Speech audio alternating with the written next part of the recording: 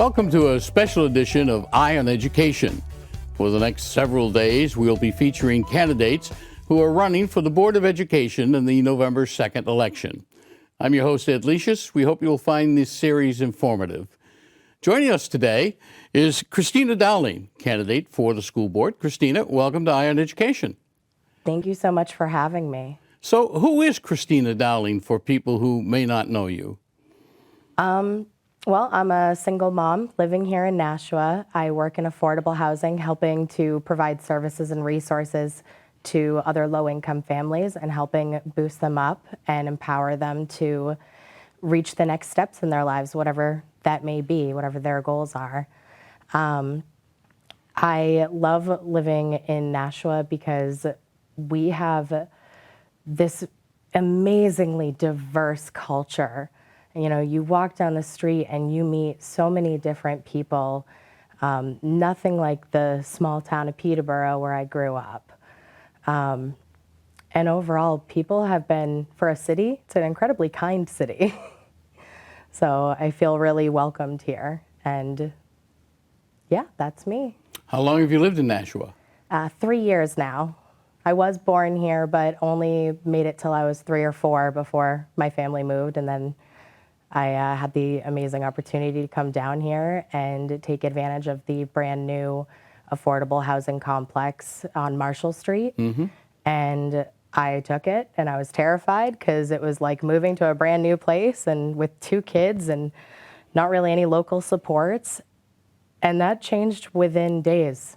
You know, my neighbors immediately started introducing themselves and, you know, it's like this one big building where so many of us are connected and friends and look out for one another. That's all part of it. Of course, you were only 3 or 4, so you probably don't remember what Nashua was like. I have seen the, for lack of a better word, drastic change in the city in terms of growth and what have you, but you are right. It's a great place to live. So why are you running for the Board of Education? Well, I have my 2 boys. One is in preschool now, and the other one is in 5th grade. And when my son first started school, he had a horrible time. We were dealing with bullies. We were dealing with trying to get a 504 in place and just jumping through loop after loop after loop. And I mean, it was just so stress-inducing. And coming down to Nashua, going into Dr. Crisp Elementary, they did everything they could from the minute we enrolled to help make us feel comfortable and help get his 504 put in place correctly. And his teacher went above and beyond time and time and time again. And it reminded me that your schools, that's where kids learn the most. You know, I have watched my boys thrive in this community, and I believe that they are our future. They're the ones who are going to be taking care of us someday. You know, our doctors, our accountants, our lawyers. You know, I want to be part of making their education be what helps propel them forward and reach their dreams. Because with a subpar education, you can't do that. What do you see as the top 3 issues facing the Board of Education in the next few years? Most immediately, dealing with the people who are upset about the mask mandates or, you know, vaccine policies. Not that we have any in the school districts yet, other than teachers and staff. But I'm really hoping that dies down soon and that we can help build this mentality of we need to get through this together, not work against each other. And after that, I really want to focus on the social emotional learning and bullying aspects that still exist in our schools today. There's definitely a toxic emotional environment that's happening, and we have access to newer resources every year as psychologists do, you know, research and find out what's working best to help children grow and learn and have healthy minds. So I would like to, you know, really put things like social emotional learning and building those life skills like emotional regulation, working with one another. I'm also going to point out financial literacy would be great for all of our students. And after that, I'm really interested in delving into the money.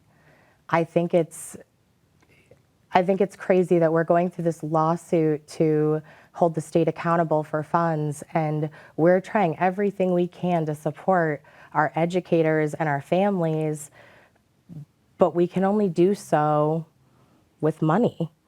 So I'm looking forward to hopefully looking into alternatives, ways that we can still provide what's needed most without breaking a bank.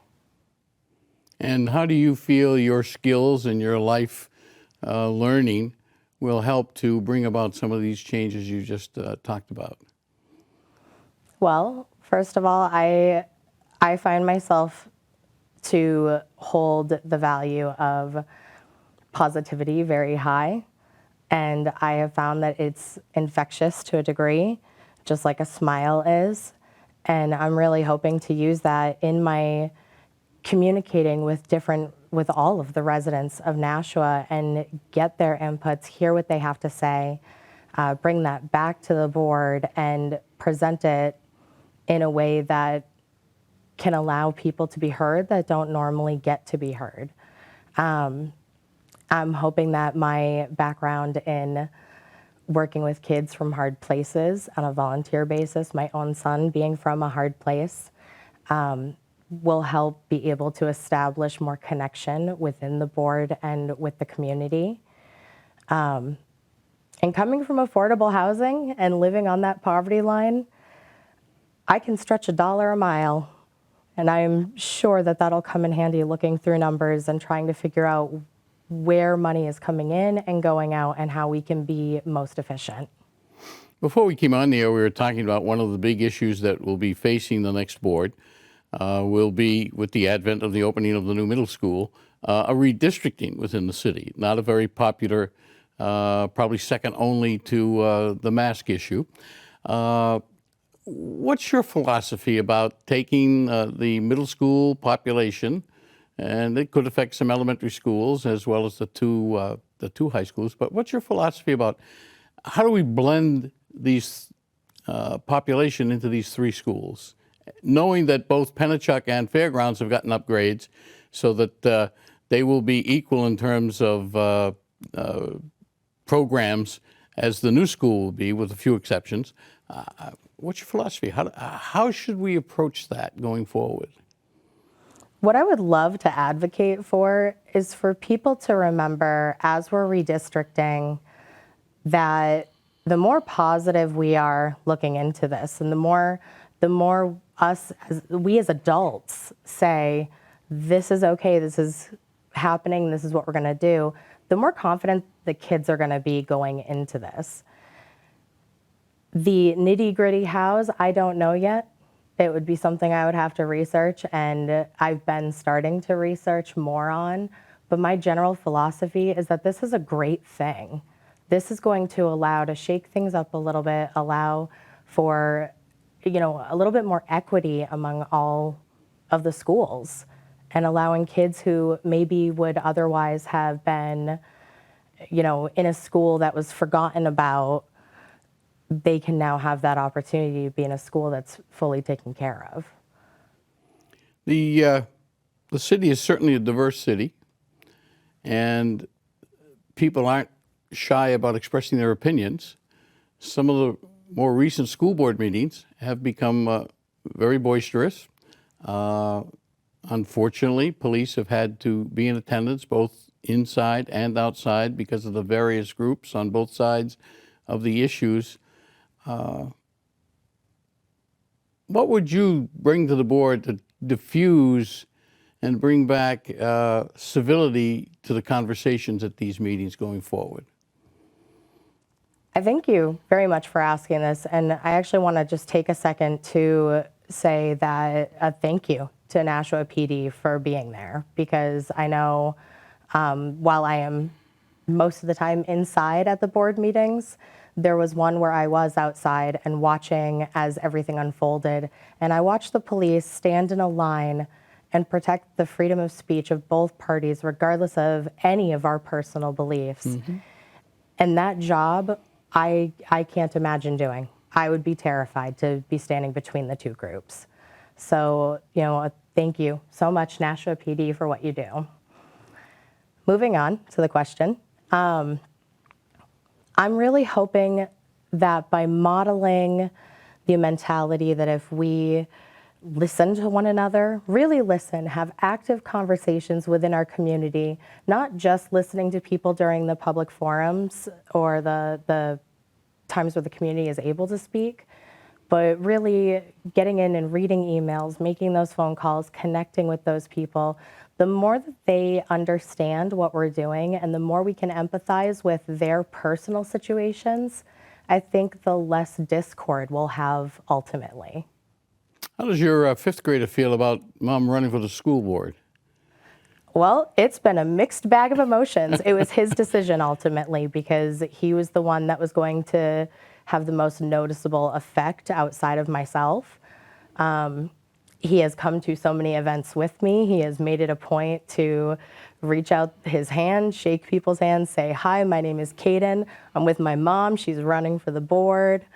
But there are absolutely times where he'll say, "No, don't do this anymore." Especially during those protests, he was really afraid people were going to get hurt.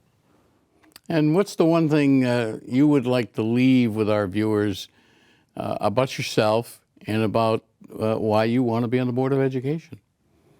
Well, I think the biggest thing I can tell you is I'm not a politician. I'm not a politician at heart. I don't understand this game of, I scratch your back, you scratch mine, but only in these really obscure ways. I don't believe in sneaking policies in places. I'm a mom. I'm a single mom. I work hard and I love my city.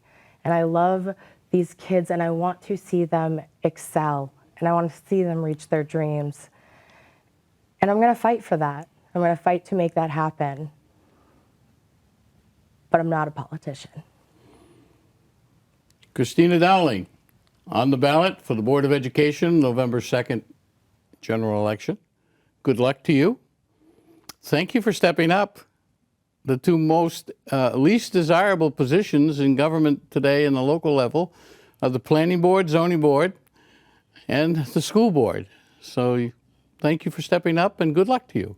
Thank you. I appreciate you having me here. We've been talking to Christina Dowling, candidate for the Board of Education on the November 2nd election. Please vote. It's an important election. And you've been watching a special edition of eYe on Education. We're featuring the candidates for the Board of Education over the next few days.